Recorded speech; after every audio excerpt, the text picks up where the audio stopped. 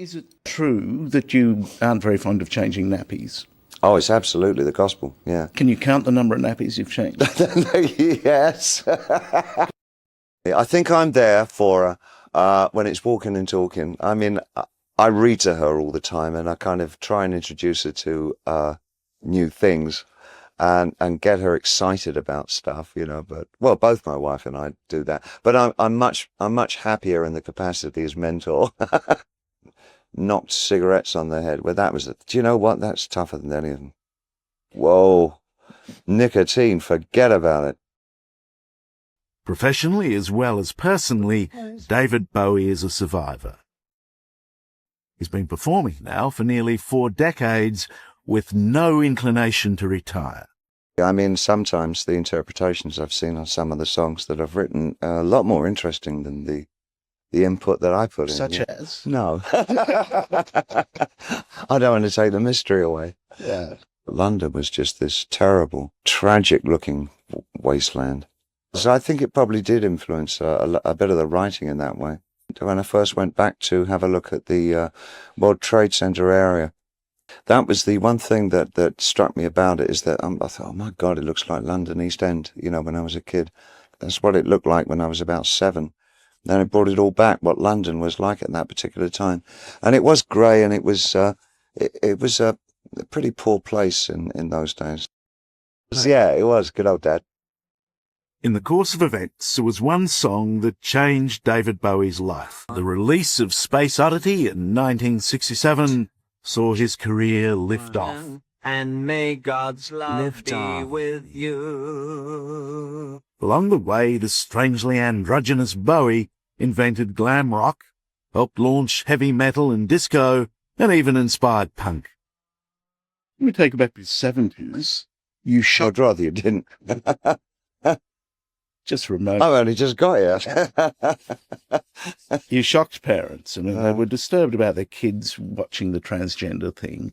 Now those same kids... You know, rock and roll doesn't have the same currency now as it had then. Because I remember, and it's not like, oh, that's an old fuddy-duddy way of thinking. Well... But actually, when I was a teenager, I felt much the same. I mean, I used to get really pissed off when people were just like purposefully dumb, it seemed, and didn't have an interest in this. And I fell out with many musicians for the same reason. And, oh, I don't need to, don't want to. You know, and it was like, well, then go away. If you get on that rocket, it's very likely to explode under you and you'll die.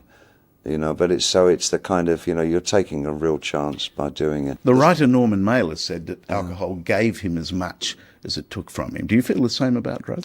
I think it can open up channels of imagination that maybe were close to you. But the interesting thing is that once they are open, if you've got your wits about you, you can keep them open. While Bowie beat his drug habit, there is another enduring problem he's been unable to overcome: a simple fear of flying. Now, where does this fit into your life? It allows me to just write about space as opposed to going into it. How did you get here? How did you get to Paris if you don't like flying? I got the train, mate. What do you feel as the plane takes off? Terror. Do you know the actuarial figures? I mean, you're a businessman these days. You know that it's safer to get in a plane than to drive a taxi across town. I know, isn't it ridiculous?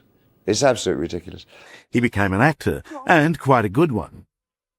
Meanwhile, Bowie continues to win over a new generation of fans. Quiet! A goblin babe.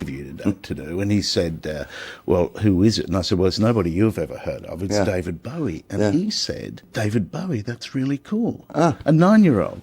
Actually, there is a generation that kind of know about Labyrinth, which is the kids' film I made. A lot of kids are brought up to me and the mums say, this is Jareth from Labyrinth.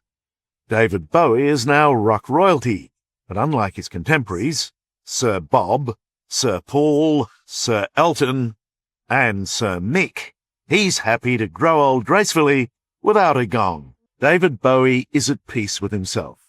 After decades of publicly confronting his demons, and in the end overcoming them, he seems happy to be a private person. And musically, this elder statesman of rock is happy to suit himself. So, I mean, I really do just write and record what interests me. And I do approach the stage shows in much the same way. It's the old adage. I mean, you can't please all the people all the time, you know, so you just don't try. So I have to please myself first. And if I'm happy, then my presumption is there's going to be a certain amount of people that will be happy too. But that's my way of working now. It's all about me.